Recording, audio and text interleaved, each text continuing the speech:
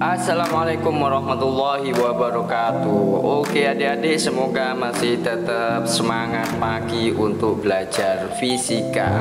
Untuk kali ini kita akan bahas tentang efek fotolistrik. Untuk lebih jelasnya, mari kita ilustrasikan peristiwa fotolistrik sebagai berikut. Ilustrasi percobaan pada efek fotolistrik sebagai berikut. Di sini ada tabung, kemudian di dalamnya itu adalah ruang hampa, dan di sebelah kiri yaitu adalah logam di katodanya dengan energi ambang sebesar W. Kemudian ketika radiasi dipancarkan pada logam, kalau nilainya lebih kecil daripada energi ambangnya, maka tidak ada elektron yang terlepas. Kalau misalkan energi yang diradiasikan atau energi foton ini dipancarkan pada logam dan nilainya sama, maka ada elektron yang lepas, tapi elektron itu tidak bergerak. Kemudian kalau misalkan energi radiasi yang dipancarkan itu lebih besar ketimbang energi ambangnya, maka elektron akan lepas dan juga bergerak. Sehingga kalau dia sudah bergerak, maka timbul yang namanya energi kinetik. Besarnya energi kinetik ini adalah kelebihan dari energi fotonnya. Kita ilustrasikan seperti ini. Anggap aja energi ambang ini adalah seorang wanita, woman, yang matrik. Dia mau lepas kalau dia sesuai dengan targetnya, laki-lakinya. Jadi ada cowok mendatanginya, misal cewek materi ini anggaplah dia maunya 100 juta, misalkan kayak gitu ya. Kemudian E ini datang cuman membawa uang yaitu 75 juta. Maka wanita ini tidak mau. Kemudian kalau misalkan dia bawa uang 100 juta, maka dia mau ditemui tapi dia tidak mau jalan-jalan. Tetapi kalau misalkan si cowok ini dia membawa uang sebesar 150 juta, maka yang 100 juta itu untuk menemuinya dan yang 50 juta untuk jalan-jalan. Jadi anggapannya jalan-jalannya ini adalah energi kinetiknya. Sehingga dapat kita tuliskan untuk persamaannya yaitu E sama dengan W tambahkan dengan EK. Kalau misalkan kita ditanya EK-nya berapakah energi kinetiknya, maka tinggal kita pindah posisi saja, yaitu EK sama dengan E dikurangi dengan W. Kita ketahui dalam energi foton, dalam konsepnya Max Planck atau teori kuantumnya Planck, besarnya itu sebanding dengan frekuensi, yaitu E sama dengan HF. Sehingga dapat kita tuliskan juga dalam persamaan ini, yaitu EK sama dengan HF min HF0. Jadi untuk energi W ini adalah energi ambang atau energi ikat, yaitu energi minimal untuk melepaskan elektron. Misalkan W sama dengan E, maka E nya inilah energi minimalnya untuk melepaskan elektron. Sehingga dapat kita gantikan untuk EK nya yaitu sama dengan H, saya keluarkan H-nya dalam kurung F dikurangi dengan F0, yaitu frekuensi ambang. Atau kalau misalkan ditanya potensial henti atau tegangan, maka EK ini berubah menjadi EV, elektron volt. Sehingga untuk V-nya itu sama dengan H dalam kurung F kurangi F0 dibagi dengan E. E ini adalah elektronnya.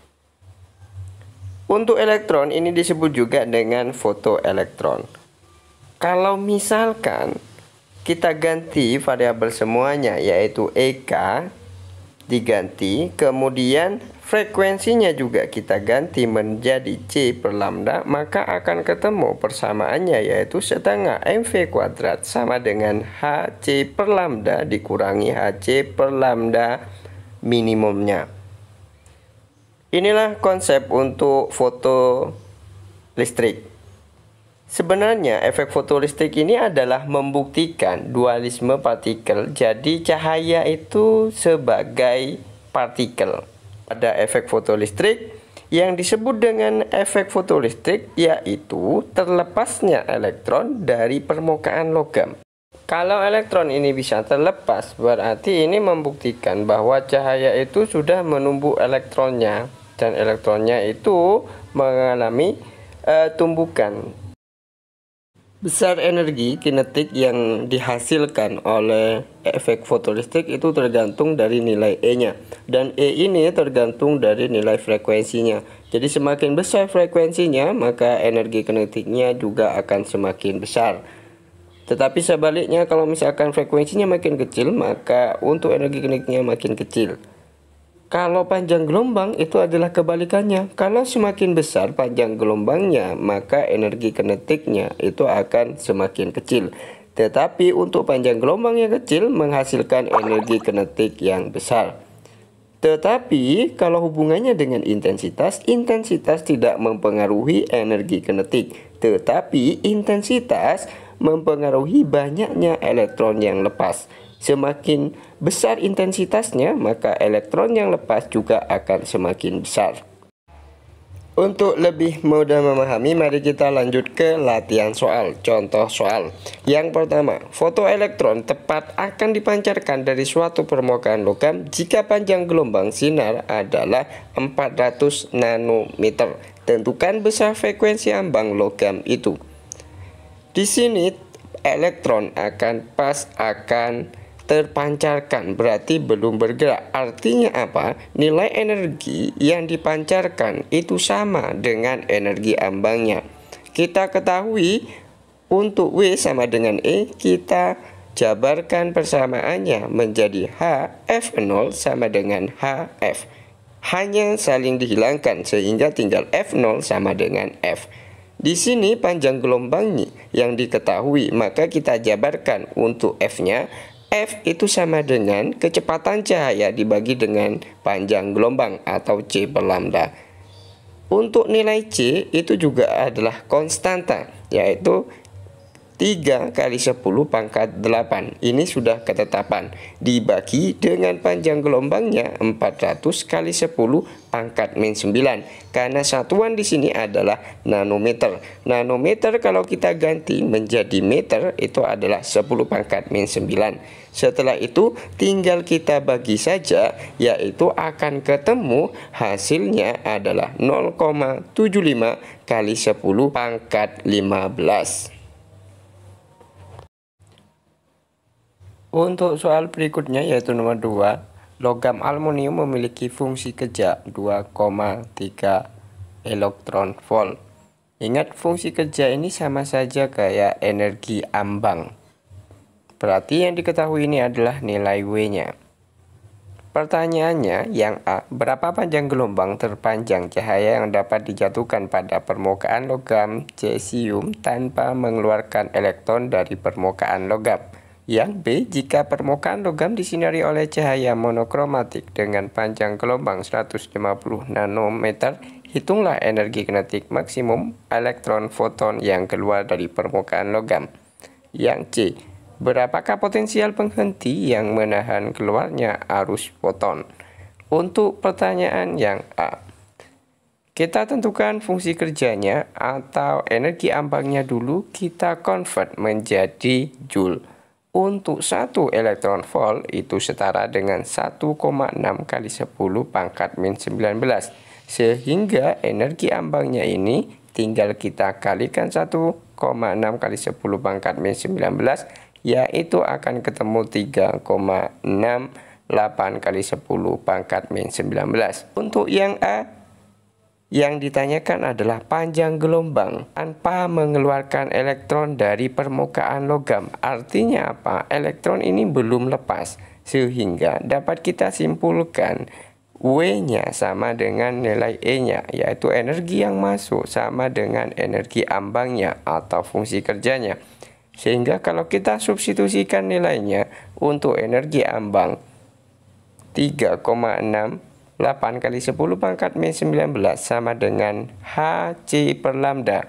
Nilai frekuensinya kita ganti menjadi C per lambda. Kita substitusikan nilainya dengan H itu adalah 6,63 kali 10 pangkat min 34. Kemudian nilai C-nya 3 kali 10 pangkat 8. Yang ditanyakan adalah panjang gelombang, yaitu lambda. Kalau kita hitung maka akan ketemu nilai panjang gelombangnya, yaitu 5,4 kali 10 pangkat min 7 meter. Selanjutnya pertanyaan yang B, yang ditanyakan adalah berapakah energi kinetik maksimum elektron? Sesuai dengan persamaan untuk menentukan energi kinetik, yaitu adalah energi foton dikurangi dengan energi ambang. Kita uraikan energi foton yang datang. Karena dalam soal diketahui panjang gelombang, maka kita buat energinya H kalikan dengan C dibagi dengan panjang gelombang. Kita substitusikan nilainya dengan pakai konstanta hanya 6,63 kali 10 pangkat min 34 kalikan dengan C-nya 3 kali 10 pangkat 8, kemudian panjang gelombangnya 150 nanometer. Kita ketahui, kita ganti menjadi meter, yaitu kali 10 pangkat min 9. Untuk fungsi kerjanya yaitu 3,68 kali 10 pangkat min 19, sesuai dengan yang tadi. Kalau kita hitung maka akan ketemu untuk nilai energi kinetiknya, yaitu adalah 9,58 kali 10 pangkat min 17 Joule. Kemudian selanjutnya yang ditanyakan itu adalah berapakah potensial penghenti. Potensial.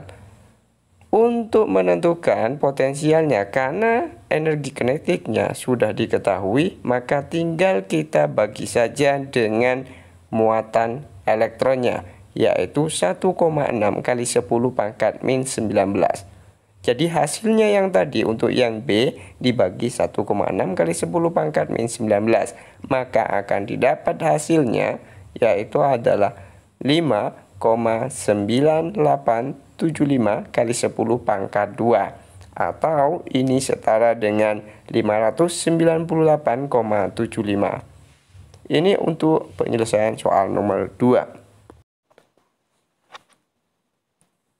Untuk soal berikutnya, yaitu jika sinar UV memiliki frekuensi 10 pangkat 16 Hz dijatuhkan pada permukaan logam yang mempunyai energi ambang setengah kali energi sinar UV, dan tetapan Planck 6,6 kali 10 pangkat min 34 Cs. Tentukan besar energi kinetik elektron yang lepas adalah. Kita tuliskan dulu yang diketahui di sini, yaitu nilai W sama dengan setengah E. Frekuensi yang datang yaitu adalah 10 pangkat 16 Hz. Planck-nya 6,6 kali 10 pangkat min 34 Cs. Yang ditanyakan adalah energi kinetik. Kita ketahui untuk energi kinetik yaitu sama dengan E kurangi dengan W. Dengan EK itu sama dengan E. Energi ambangnya kita ganti menjadi setengah E. Karena dalam soal energi ambangnya diketahui setengah E. E dikurangi setengah E, yaitu ketemunya adalah setengah E. Tinggal kita substitusikan saja persamaan untuk energinya, yaitu setengah HF. Dengan nilai hanya 6,6 kali 10 pangkat min 34 kali frekuensi 10 pangkat 16. Maka akan ketemu hasilnya yaitu adalah energi kinetik EK sama dengan 3,3 kali 10 pangkat min 18 Joule. Untuk soal berikutnya yaitu nomor 4, frekuensi ambang suatu bahan logam sebesar 8 kali 10 pangkat 14 Hz. Logam itu disinari bercahaya berfrekuensi 2 kali 10 pangkat 15 Hz. Tentukan besar energi kinetik elektron yang terlepas dari permukaan logam itu. Kita tuliskan yang diketahui dalam soal ini, yaitu frekuensi ambang F0 sama dengan 8 kali 10 pangkat 14 Hz. Kemudian frekuensinya 20 kali 10 pangkat 14 Hz. Di sini 2, 10 pangkat 15 saya ganti menjadi 20 kali 10 pangkat 14 Hz. Dengan konstanta hanya 6,6 kali 10 pangkat min 34 Cs. Yang ditanyakan dalam soal ini yaitu adalah EK, energi kinetik. Kita tuliskan dalam persamaannya bahwa EK itu sama saja dengan H kalikan dengan delta frekuensi. Dengan EK-nya sama dengan 6,6 kali 10 pangkat min 34. Kita selisihkan frekuensinya karena pangkatnya sudah sama, yaitu 20 kurangi 8 kali 10 pangkat 14. Kemudian kalau kita operasikan, kita kalikan, akan ketemu 7,92 kali 10 pangkat min 19. Untuk soal berikutnya yaitu nomor 5, elektron dikeluarkan dari suatu permukaan logam dengan kelajuan sampai dengan 2,2 kali 10 pangkat 5 meter per second. Ketika cahaya dengan panjang gelombang 600 nanometer digunakan, tentukan. Yang A, berapakah fungsi kerja permukaan logam? Yang B, berapakah frekuensi ambang untuk permukaan ini? Kita tuliskannya ketika diketahui dalam soal, yaitu nilai kecepatannya 2,2 kali 10 pangkat 5 meter per second, panjang gelombangnya 600 nm, atau kita convert menjadi meter, yaitu 6 kali 10 pangkat min 7 meter. Untuk massa elektron itu merupakan ketetapan, yaitu nilainya 9,1 kali 10 pangkat min 31 kg. Pertanyaan yang A yang ditanyakan adalah fungsi kerja, atau ini adalah energi ambangnya, nilai W-nya. Kita ketahui untuk E sama dengan W tambahkan dengan EK. Maka untuk menentukan W-nya yaitu adalah E dikurangi dengan EK. Kita jabarkan persamaan E dan EK-nya. Bahwa nilai E itu kalau diketahui panjang gelombang yaitu Hc per lambda. Untuk energi kinetiknya yaitu setengah mv kuadrat. Kita masukkan nilainya dengan konstantanya dan panjang gelombangnya 6, kali 10 pangkat min 7. Kemudian kecepatannya di sini adalah dikuadratkan.